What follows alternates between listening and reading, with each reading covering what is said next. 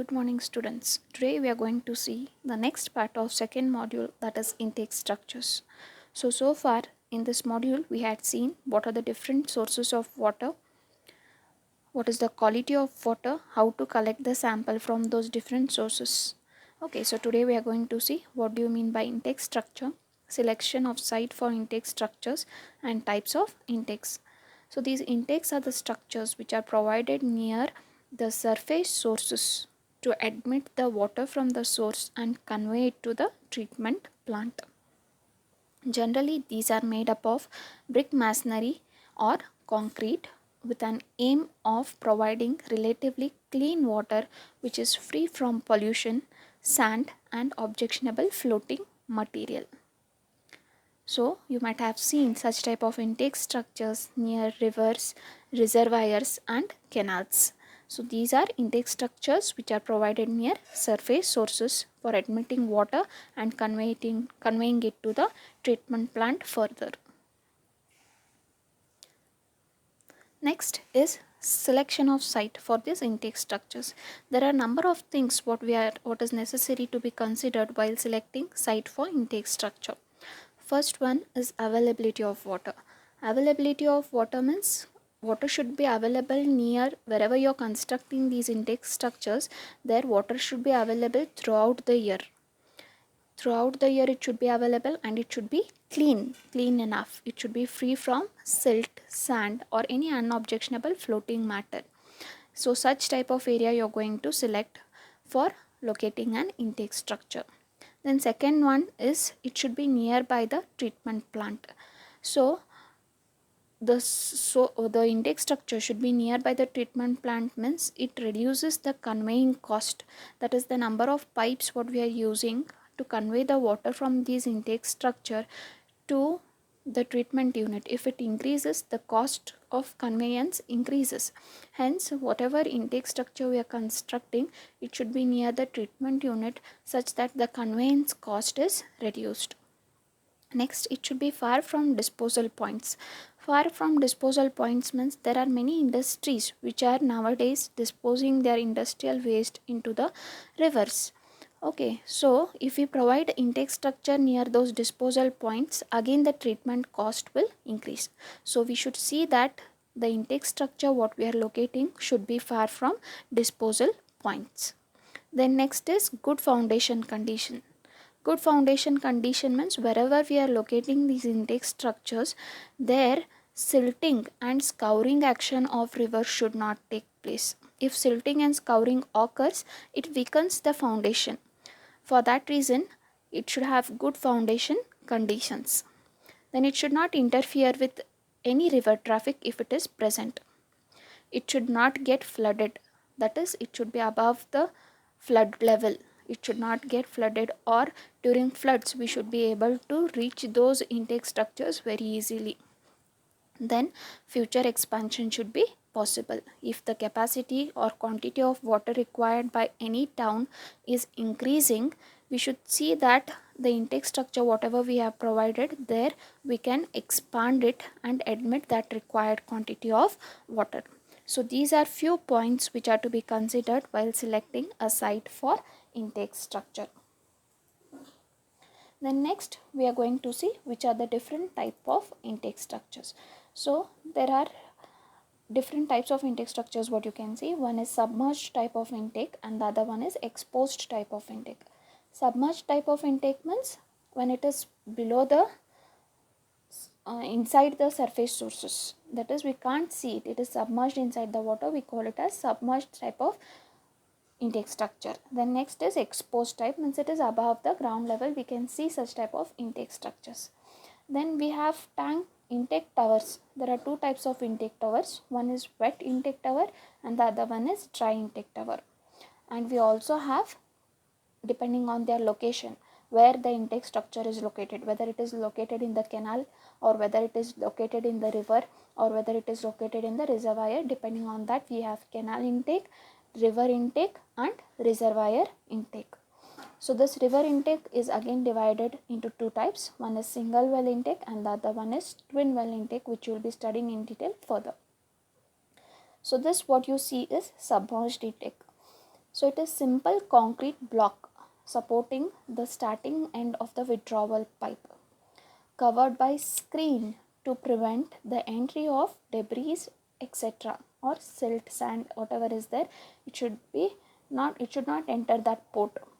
So chances of siltations are more. To avoid that, what they have done is they have elevated it to 2.5 meter above the lake bed level to avoid the entry of silt. They are cheap and do not obstruct navigation. Widely used for small water supply projects, drawing water from streams or lakes, having a little change in water level throughout year. The major drawback is it is not easily accessible for cleaning or repair.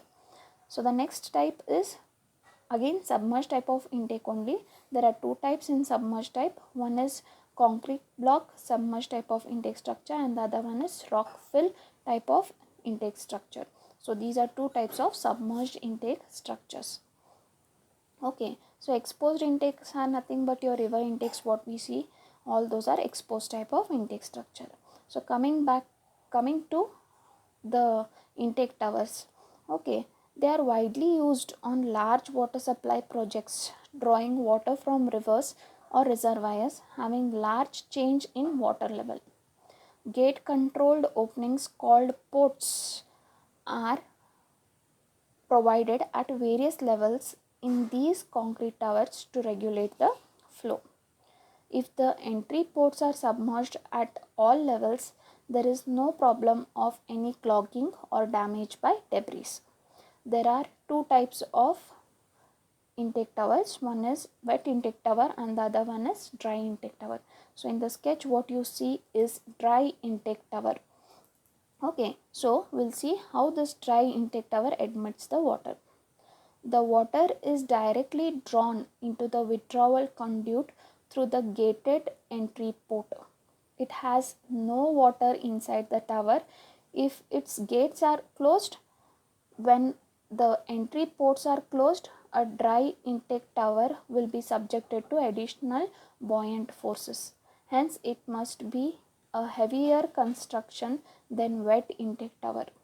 They are useful since water can be withdrawn from the selected level of the reservoir by opening the port gate levels.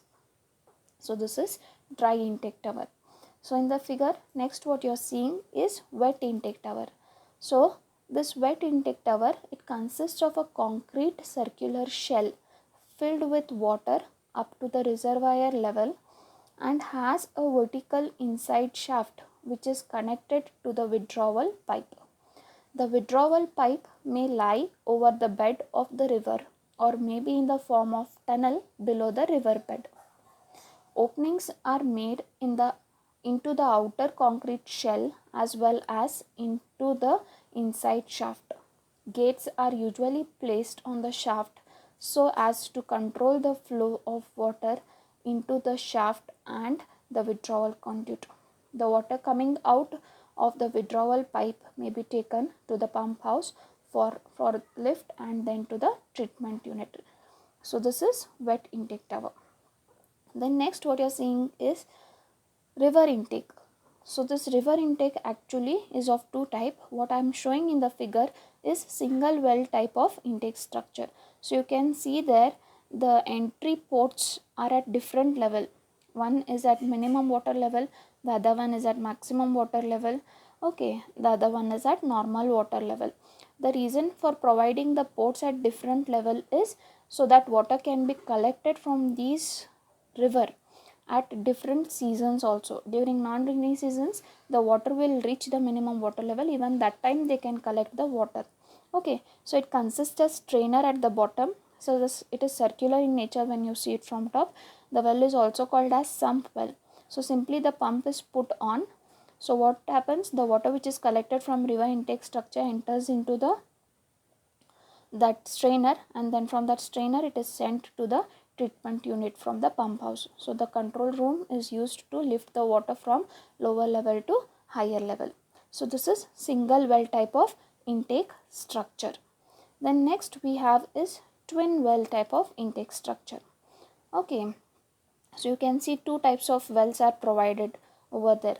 So one is inlet well and inlet pipe.